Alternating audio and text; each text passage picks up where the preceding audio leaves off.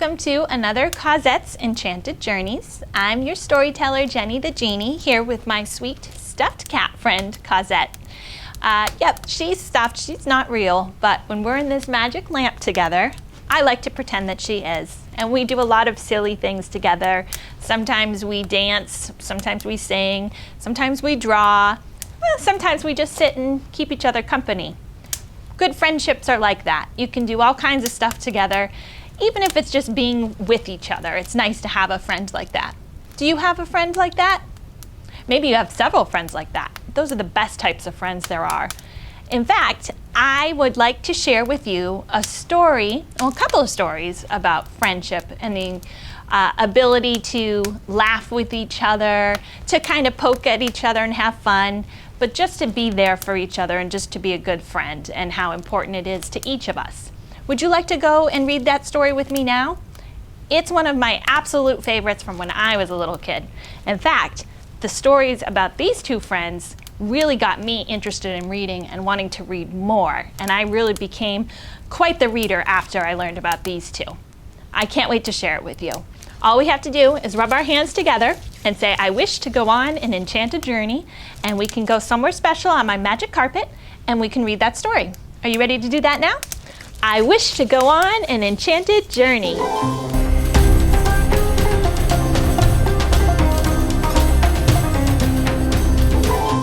Welcome again, friends. I hope you're ready for a few short stories from a pair of hippos that I have liked since I was little.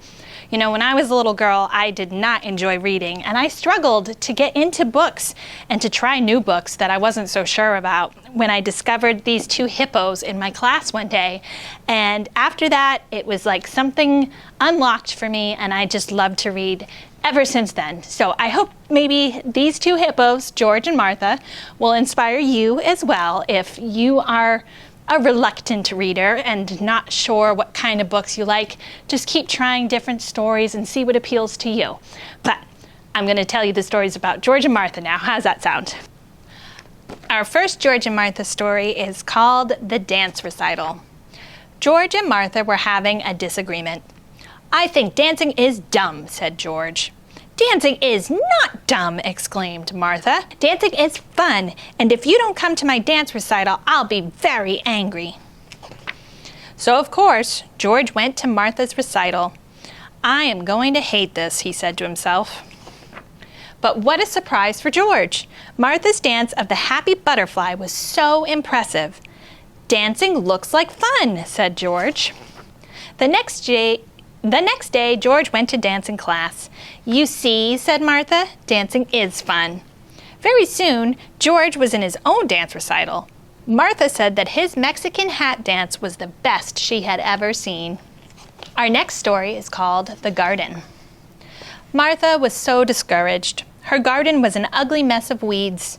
I just don't seem to have a green thumb, she sobbed. George hated to see Martha unhappy. He wanted so much to help. Suddenly, George had a splendid idea. He went to the florist and bought all the tulips in the shop. Tulips were Martha's favorite flowers. Very quietly, George crept to Martha's garden and stuck the tulips in the ground. But just then, Martha happened to look out the window. Oh dear, said George, you're always catching me. But Martha was so pleased. Dear George, she said, I would much rather have a friend like you than all the gardens in the world. Isn't it nice how George and Martha are such good friends? They hate to see each other unhappy and will do anything for each other. I think it's very sweet. Our next story is called The Photograph. One day, Martha stepped into a photography booth. I love to have my picture taken, she said. Click went the camera. When Martha saw her photograph, she was thrilled. I've never looked prettier, she said. What do you think of Martha's picture? It's pretty silly, huh? This story goes with it. This one's called The Special Gift. It was George's birthday, and Martha stopped by the bookstore to buy a gift. He loves to read, Martha told the salesperson. On the way to George's house, Martha played a tricky game of hopscotch. George could hardly wait for his gift. I can't stand the suspense, he said. But when Martha went to look for George's book, it wasn't there. "I'm waiting," said George. "What will I do?" said Martha to herself. "I'm waiting," said George. Martha quickly decided to give George the photograph of herself. "It's not much," she said. When George saw Martha's picture, he fell off his chair laughing. "Well," said Martha, "what's so funny?" "This is the best gift I've ever received," said George. "It is?" said Martha. "Of course," said George. "It's wonderful to have a friend who knows how to make you laugh." Martha decided to swallow her pride. She saw that the photograph was pretty funny after all.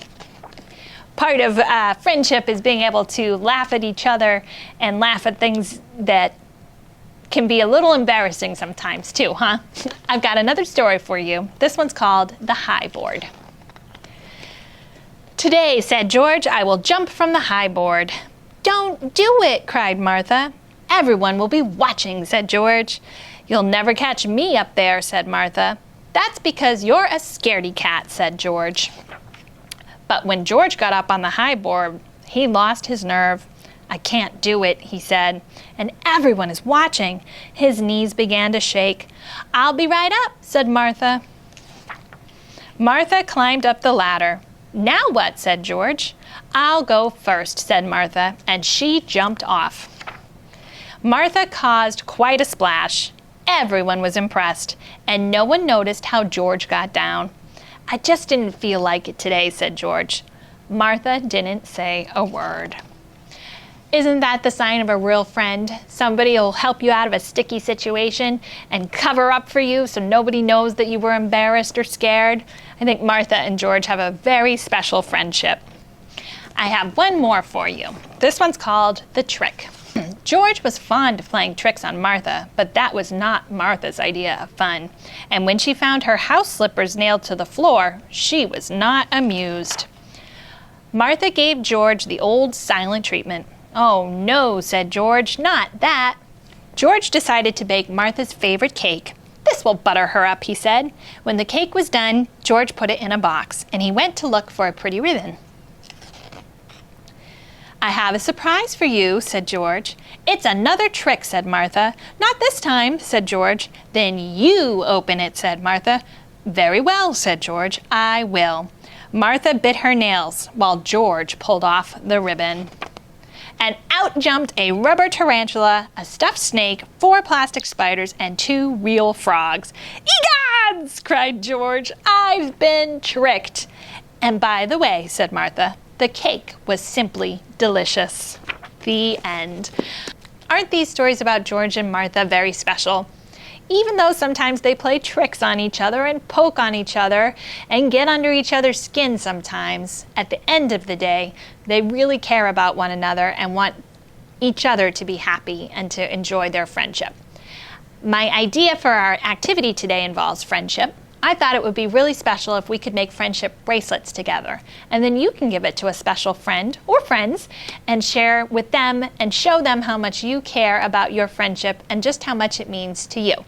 You'll need a few materials. You probably need some gimp or some string or a floss. Yarn might work as well, and some beads, and then together we can make some friendship bracelets. There's all kinds that you can make too. You don't have to make the one that I'm going to make, but I'll put a list up and share some ideas with you about how you can make a special bracelet for a friend.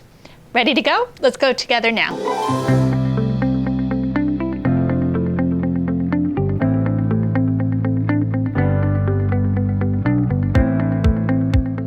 Take and find at least one end of each of them. Oh, if you have a kitty like me, they might try and take your yarn from you, so be careful of that. But you want to find the ends and have those kind of all match at least for this part. And you're going to tape it onto the table or whatever work surface you can use in front of you. And I'm just using just a regular household piece of tape, and I'm just going to tape it down right in front of me. So I'm going to have one off to the left and the other 3 colors off to my right.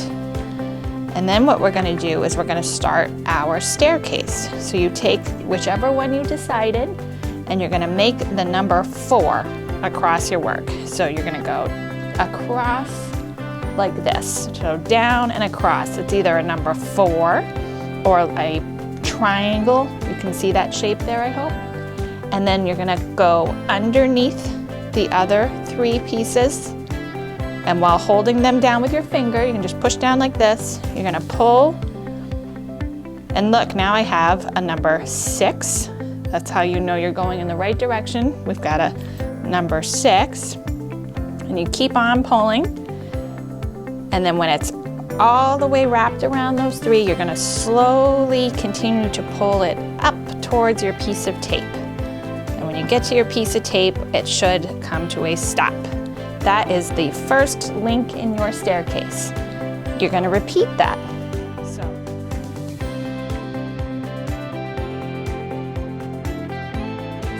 And you're gonna keep repeating that in the same color for as much as you want. And you can also switch colors. I'm gonna do this color for a little bit so that you can see what the staircase will start to look like. But this is what you're beginning to see is the yarn is twisting like a staircase that goes around and around, up, up, up, like a castle staircase. I hope you can see that. It's starting to twist there. That's what you're going for. I'm gonna switch over to my jewel tone, my lake blue, or in my case, I'm gonna call it my genie blue. And I'm gonna add some staircases in with that. So as you can see, whenever you switch color, it's the same principle, same way of doing it as you did before. You put 3 to the right, the colors that you're wrapping around go to the side. The color that you're using to wrap around is to your left. And we're gonna make our triangle or our number 4. We're gonna go underneath all 3, make our number 6, if you can see that, or the letter B. I tend to think of things visually a lot when I am doing schoolwork or any sort of learning. It's easier for me to picture things in my mind. I don't know how you best learn, but that works best for me. So I see shapes and I see colors a lot, and I see things that make me think of other things to help me with this. And then you just keep going with the new color as much as you want.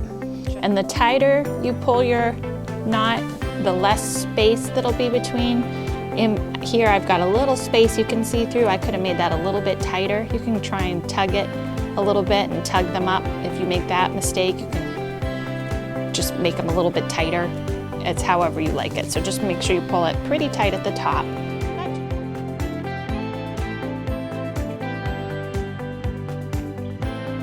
Now, as you're going around, you'll feel the thread or the floss start wanting to come around the piece you're working on. So you can reverse the direction of your string.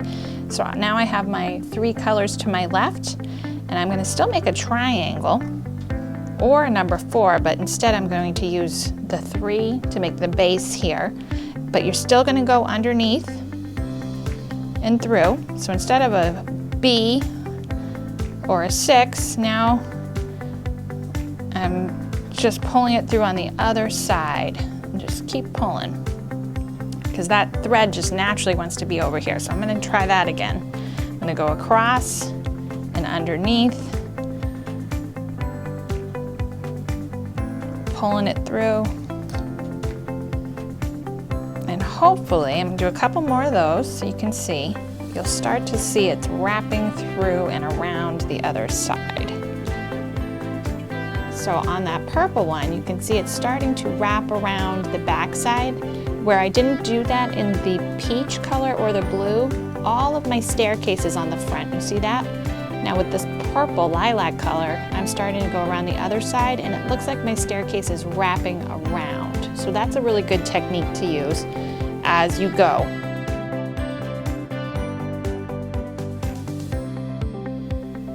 That is starting to look like a staircase that wraps around. So that works pretty good. So you can use my numbers if those work for you. 4 on one side, 4 on the other side. Seem to work pretty good with this amount of embroidery floss and its thickness.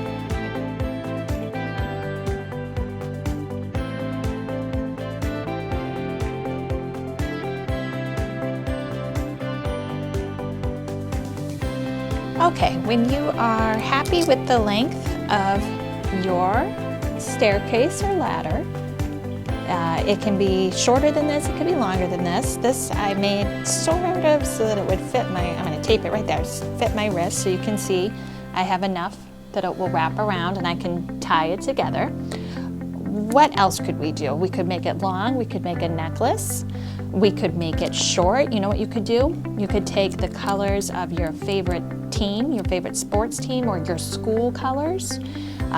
So my school around here, the colors are a cranberry and white and black. You could use that, or you could do purple and white, or blue and yellow, whatever colors you like. And you could make these keychains to give out to your friends. So that's a fun gift too.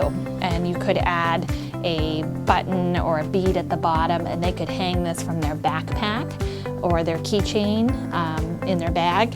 And that could be a special way to share your favorite team or your favorite colors from your school. Tie it and then cut it. So that's the staircase bracelet. Now I'm going to show you just a simple bracelet with some beads. When I make a friendship bracelet, I try to have somebody in mind that I might like to give this to, and I pick out colors that I think they might like, and then I go ahead and lay out kind of a pattern before I begin working. So in front of me, I have laid out some letters and some colors that I think I'm going to work with. It's probably hard for you to see, but I have the word best friend here, and I also put buddy underneath.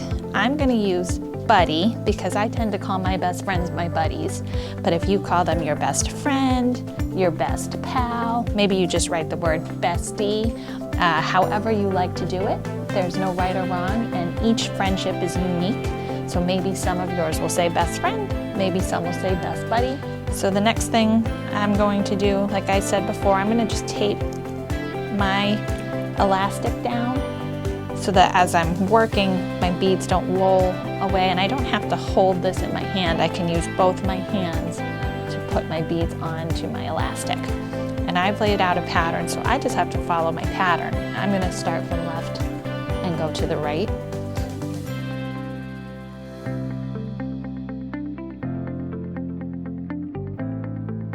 You might want to have a person in mind that you want to share this with so you can get an idea of how long you would like it to be. If you make these bracelets and you're not sure who to give it to, but you just really enjoy making bracelets or necklaces or just working with beads like this, you can get creative. Again, you could make a keychain for your backpack. You could make bracelets and necklaces for your stuffed animals. You could make them for your teacher, for a parent or another adult, a grandparent. You can just have as much fun with these as you like and make all kinds of different craft projects with beads. They're a lot of fun to work with. Make these for your stuffed animals, make these for your family, make these for your friends, make them for you. However you decide to do it, just have fun, be creative, and enjoy the process. Welcome back to the Magic Lamp. Cosette and I are so happy you could join us for the stories all about friendship today. And we hope that you were able to make your very own friendship bracelet that you can share with a friend or two of your own. Keep using your imagination, keep using your creativity, and reading stories and being inspired to make new things and to play and to have fun. And, most importantly, come back and see Cosette and I again really soon. All right, we'll see you later. Bye-bye.